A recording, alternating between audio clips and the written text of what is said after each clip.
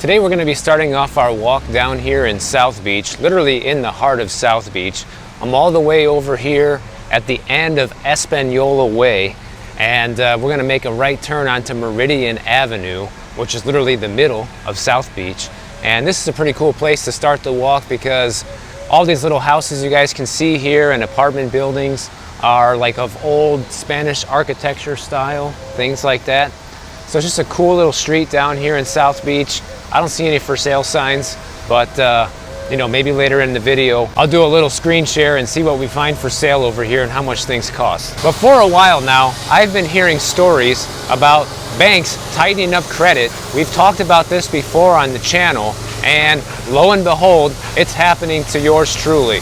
I got a letter in the mail yesterday that is from one of my Chase credit cards talking about how they're going to be cutting my credit limit for this card in half because I'm not using it. I have a lot of credit cards, and this is just another card that I picked up over the years because I probably used it to do a balance transfer back when I was in credit card debt, trying to get out of it, or I've either picked it up for a promotional offer, something like that. Man, it is far noisier down here than I thought it would be.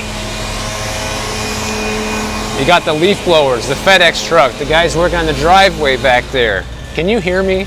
So this card is just another card that I picked up through either a balance transfer in the past or taking advantage of their initial offer, you know, where they give you like the $200 statement credit, something like that, buy some stuff with it, and then stick it in the drawer and forget about it. And I have quite a few cards like that actually, and here you go. They're going to be shutting it down, or at least cutting the credit limit in half. Now this card only has a $5,000 limit to begin with, and they want to cut it into $2,500. And what it says here in the letter is that in 45 days, my credit limit will be lowered to $2,500. And this just goes to show you that banks do not want to have any extra credit extended out there right now than they have to because of this recession, guys.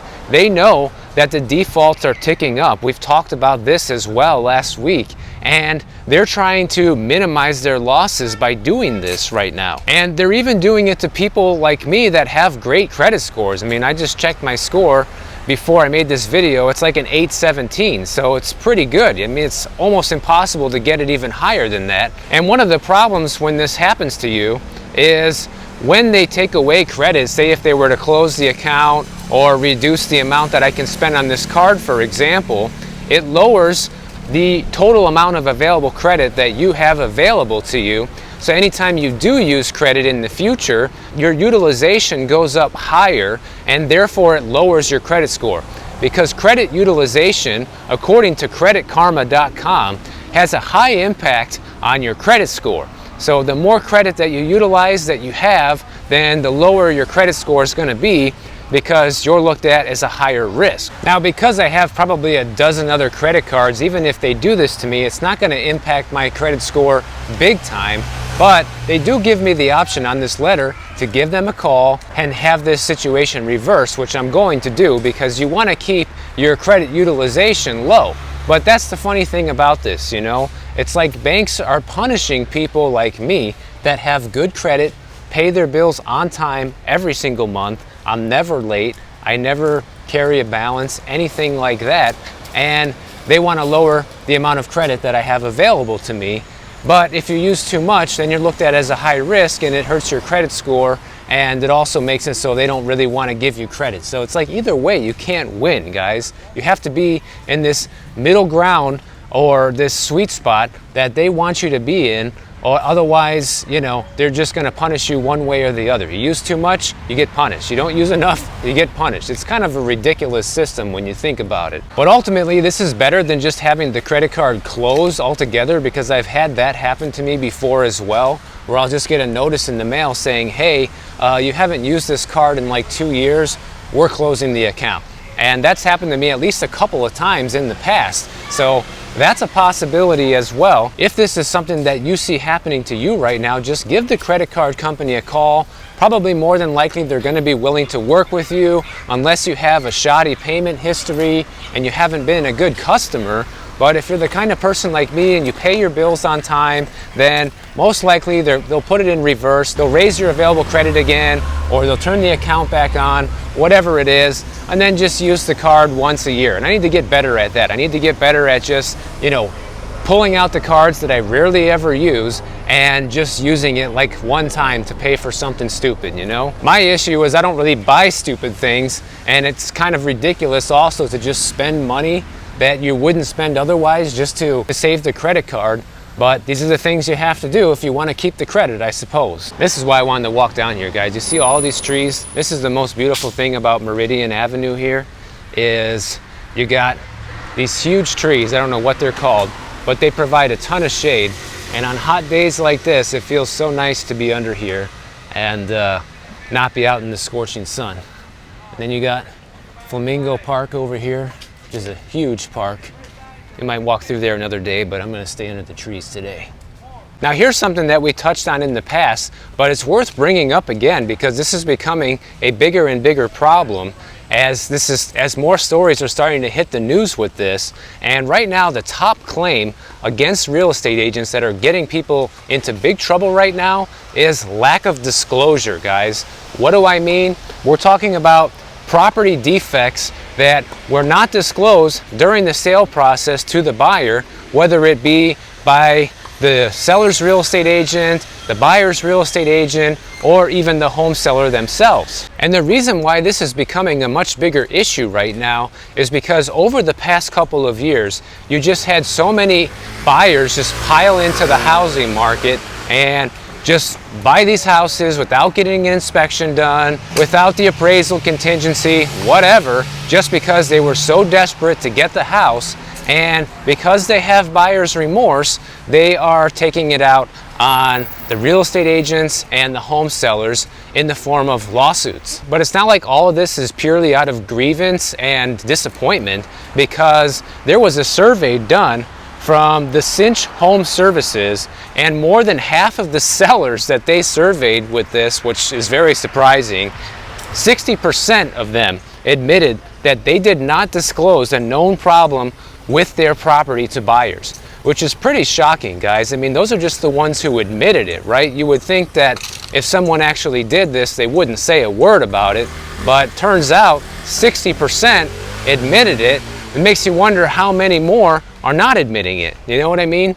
So probably the number's closer to 80% sold a property to somebody without giving them the full details on all the problems with it. And the consequences from withholding some of this information can be severe sometimes. Failure to properly disclose can lead to misrepresentation claims, ranging from fraud to negligence, and in some cases, innocent misrepresentation. So there's all these different things that you can get slapped with for just hiding the truth from people, and it's just not worth it, guys. If you're a home seller, you're a real estate agent, it just doesn't make sense to go down this shady path and try to keep people in the dark, because eventually it could come back to bite you right now. And this is just the last thing you need when expenses are going through the roof. Nobody needs to get, a flurry of unexpected legal bills right now. In fact, there was one recent case in this article talking about a real estate agent that was sued, and they were ordered to pay $170,000 after being found out to have a reckless disregard for the truth by not disclosing a listing's prior water damage. So clearly the agent knew about this, they just decided not to tell the buyer, okay? And this is some advice from an attorney telling both real estate agents and home sellers what they should be doing. Okay, they say, first of all, for agents, do not complete the home seller's disclosure on behalf of the seller. That's something the seller must complete themselves.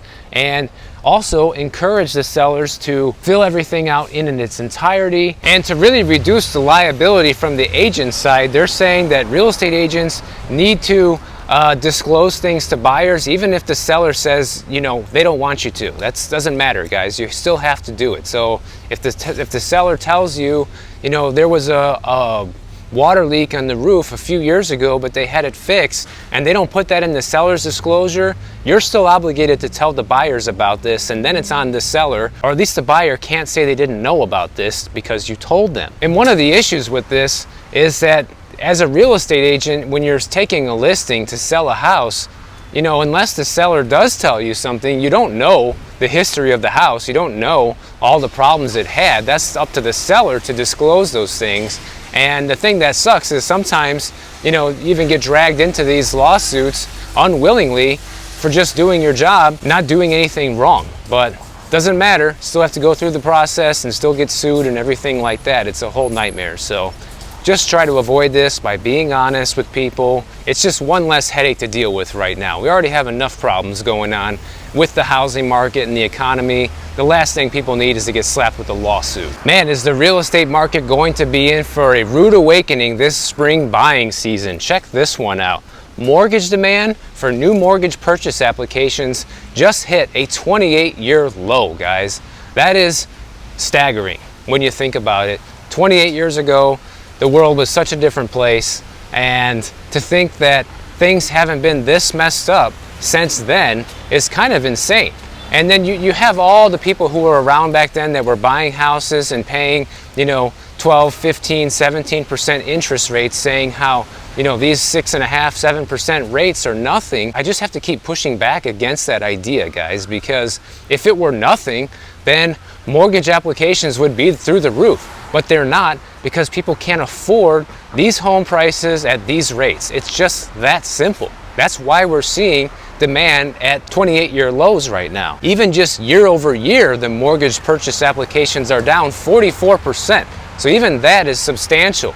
And as you start to see more and more inventory hit the market in this spring housing market, you're going to see a lot of it just sit there, guys, and then they're going to have to do what we call a price improvement in order to get them sold. Full disclosure, I don't believe in calling it price improvement. Let's just call it for what it is, just like the lies we were talking about the other day. You know, lies are lies, price cuts are price cuts, guys. Call it whatever you want. I'm just having fun with this term because I just think it's hilarious how people need to dance around with the word games in order to feel good about what's happening right now. Now check out these couple of tidbits from this story talking about the ultra low mortgage demand, okay? They say, first of all, data on inflation, employment, and economic activity have signaled that inflation may not be cooling as quickly as anticipated, which continues to put upward pressure on rates, which is going to be the theme likely throughout the rest of 2023. Everybody's celebrating too early, right? Oh, inflation was going down month after month for several months. Well, now it's going back up. And is it going to continue to go back up? I don't know. But I think there's definitely a possibility that it can, because of all the factors that we talked about previously, like companies that are starting to charge more for their services in order to pay their employees more. All of this increases inflation, guys. This is not deflationary, it's inflationary behavior that companies have to do right now just to stay in business and stay competitive and pay their employees. And here's what it says at the end of this story, which I could not agree with more.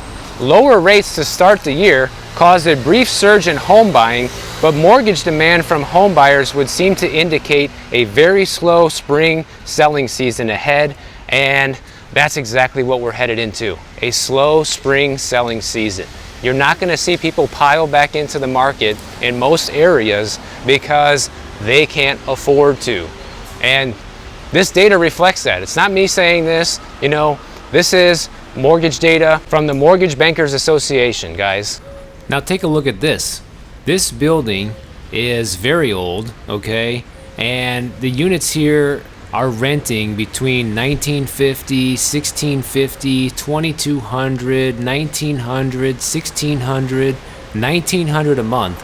Guys, I remember when these places were renting for like $800 a month. This building is super old, okay? Built in 1926, and probably is pretty terrible inside as far as the condition goes. Doesn't really look that nice from the outside, and usually the inside's worse. So that's how nuts it is down here right now. And it's even starting to have an impact down here in South Florida, which is great news, really, because the market here has been just absolutely insane and ridiculous over the past few years, to be quite honest. And now that home sales are finally going down, like in Miami-Dade, for example, home sales are down 47% in January compared to a year ago. So that's a start. means less places are selling now down here. And Broward is starting to feel a similar pinch. They're seeing their sales down by 39% year over year as well. And what we're seeing in Miami right now is we still see the year over year prices are up for both single family homes and condos, but it is starting to level off. And we've also seen the much needed inventory numbers for both condos and single family homes go up as well. So this is going to start helping out with the pricing situation here too. But even though the prices are up year over year, we're finally starting to see that month-to-month decline,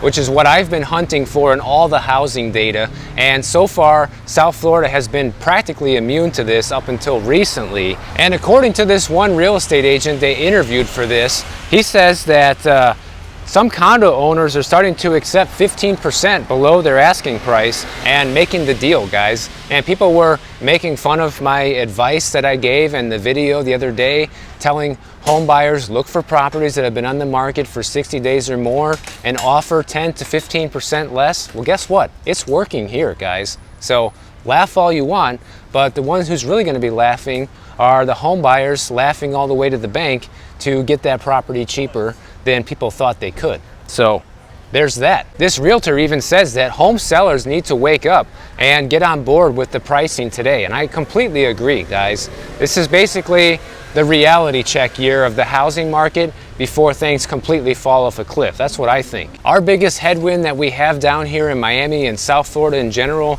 is just too many people moving in, guys. We had 40% of the recent home sales closed with all cash, which is well above the nation's average of about 29%. And it was reported here that South Florida needs anywhere between 5 to 10 years worth of new housing construction being built at the current pace that it's being built right now to just keep up with the demand of the amount of people moving down here, which to me is also a joke, guys, because every time we come across new properties that are being built here, they're insanely expensive. They don't build anything here for the average buyer anymore, okay?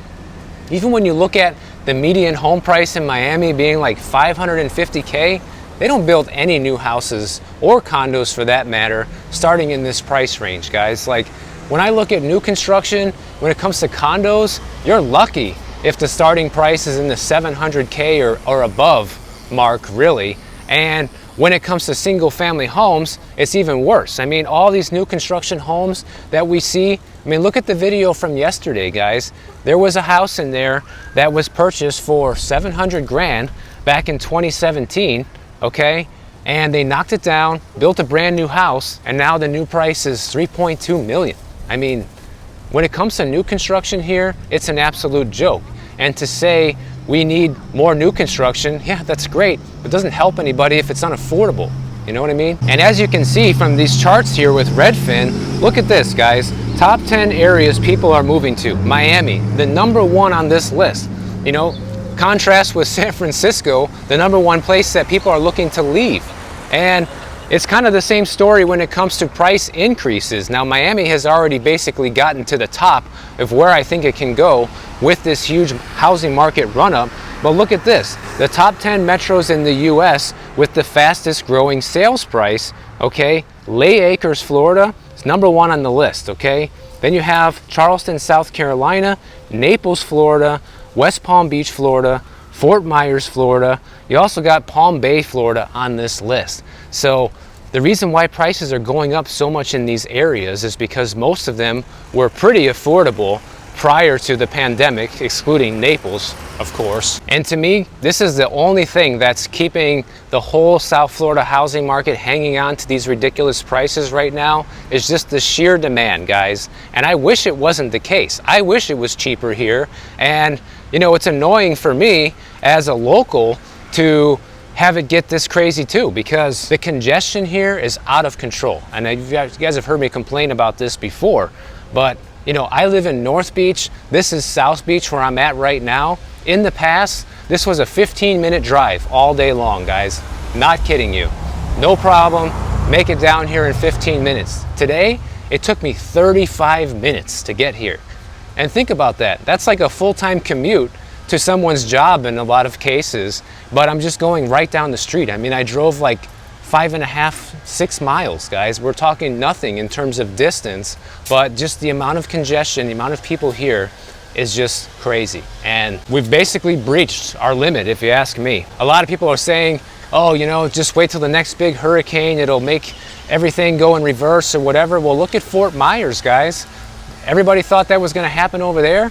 They're on the list of the fastest growing price cities right now that we just talked about from Redfin, okay? And they had a major hurricane sweep through the area last summer, and instead of making prices go down, prices are going up faster than almost anywhere else in the country. So there's that. If you guys enjoyed this video, make sure you click the bell notification down below. YouTube will alert you every time I post a new video. And if you don't want to wait, check out my next one on the screen right over here, and I'll see you in the next one.